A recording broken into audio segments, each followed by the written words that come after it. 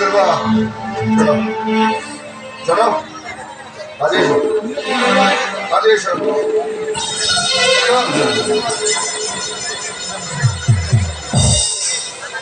ও মা বলছিলাম কি তুমি যদি আমার কথা মতো না চলো, তুমি যদি আমার দেখানো পথে পা না ফেলো, তাহলে তোমার তোমার নাগরে অলোক আছে না, পৃথিবীর যেখানেই অলোক থাকুক